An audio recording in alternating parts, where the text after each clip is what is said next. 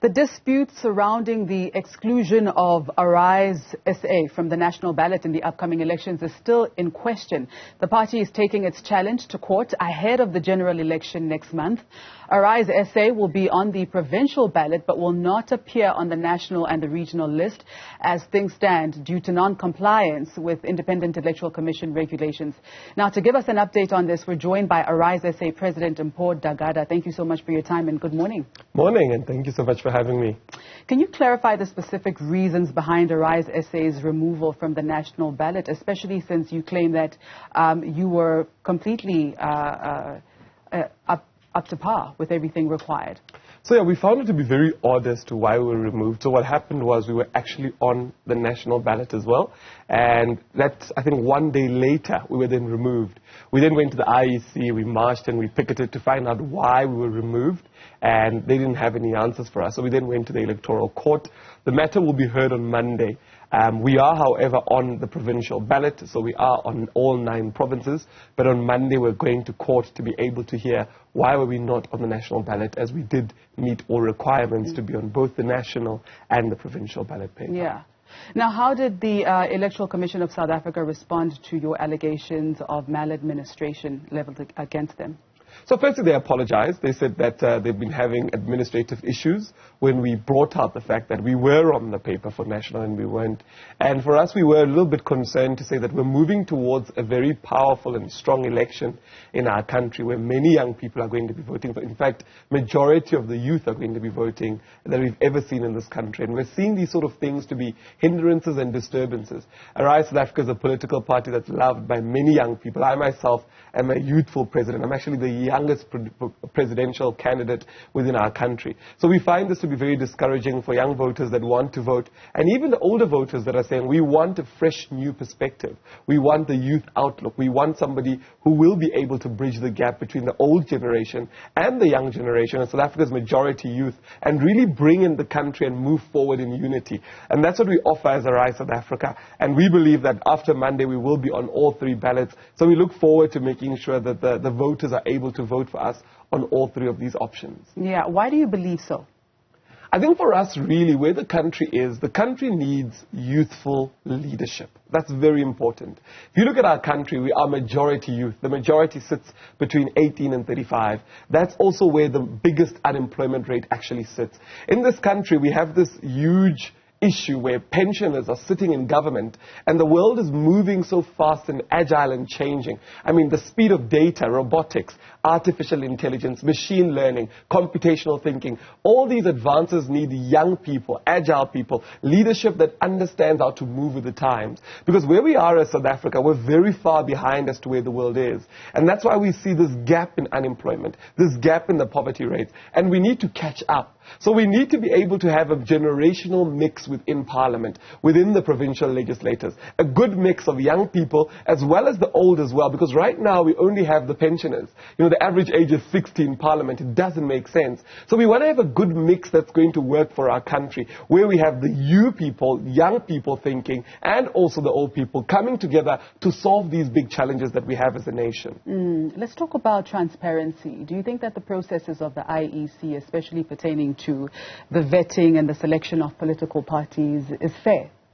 Look, I don't think it's fair at all. I think for the first time in our country, we're seeing the least amount of political parties on the ballot paper. And if you remember well, when we started the process, people sort of said, well, the voting book will be a book. We'll have to page over 600 political parties. And that's just not true. We've only now got about, in the Northern Cape, we only have 23 political parties that will be on the ballot paper. Even here in Gauteng, we only have about 50. In National, we only have about, 40 and 50. We don't have more than 60 political parties that are going to be on the ballot paper. So what we've seen is we've seen a new system that the IEC has brought in to basically get rid of political parties.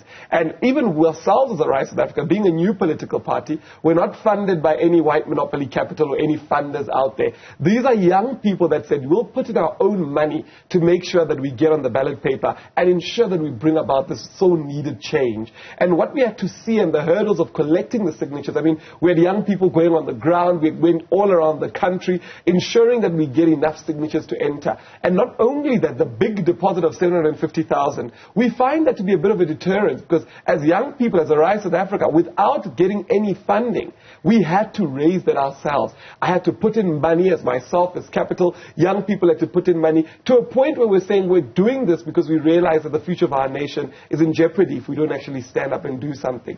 So we find that the process hasn't been very transparent, and we find that they're trying to make it more difficult for political parties to enter. And I think that is because they're beginning to realize, or the ruling party rather, is beginning to realize that change is knocking at the door. That the young people are saying, we're not just going to sit back and watch you guys run our country into the ground. We're actually going to come on board and ensure that these changes happen. And I think that when the wind of change is blowing, there is a lot of hindrance to change. But I believe that with us being on the ballot paper as an alternative to all these old political parties that have not caused much change in our country over 30 years, I believe that the voters are going to see it for what it is, to say change is very necessary. We need young people, agile people, forward-thinking people, and I believe that they will vote for Arise South Africa.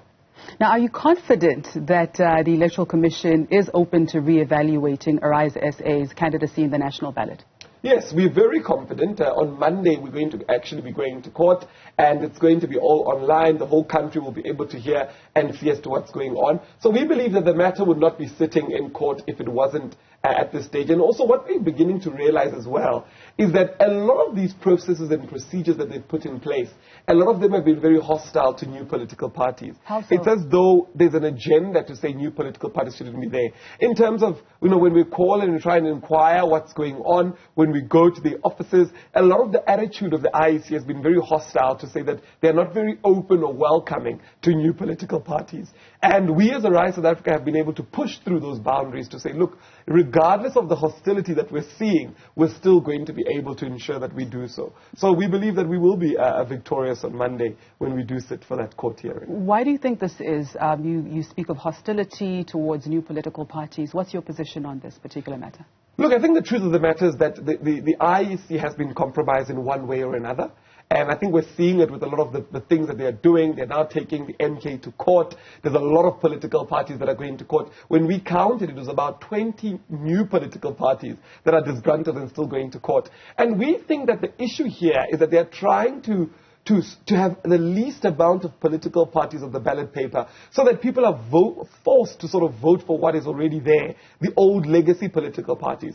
And the electorate of people are saying that, no, we need new leaders. We're tired. It's been 30 years. The results we've seen are not good enough. Majority of the people in the country are still living in poverty. Young people are still unemployed. We still have all these big issues with water and health within our nation. It's been 30 years of democracy. So people are saying, let us give the new generation a chance. And I believe that that scares the old political legacy system, and a lot of them are getting very nervous and saying that, what the people want is not what they are giving them. The people want new, fresh ideas. And I think that has caused a bit of a shift in the way that they've decided to deal with new political parties. I mean, if we had 600 political parties that wanted to contest, and now we only have 23 in the Northern Cape, I mean, what could have happened for them to squeeze out all the rest? And not all political parties are fortunate enough to go to court. Not all of them are as eloquent or have a clear understanding to approach these things. So we believe that they have tried to do that. But however, Arise South Africa has stood the test of time. We are on all 9 provincial ballots, and we're one of the only few political parties that made it thus far, and we believe that will also be on the national ballot as well. I love the confidence, I really do. But what happens next if you're not included on that national ballot? Look, I think we are on all 9 provincial ballots, and everybody's going out there and saying, look, wherever you are as Arise South Africa, we're going to vote. And the reason they're saying that is because they say they've listened to our manifesto, they've went out there and listened and actually put into thought as to what we have to say. What we did is we evaluated the things that have happened in the last 30 years. And what we're realizing is that our people really have nothing. Our people are poorer.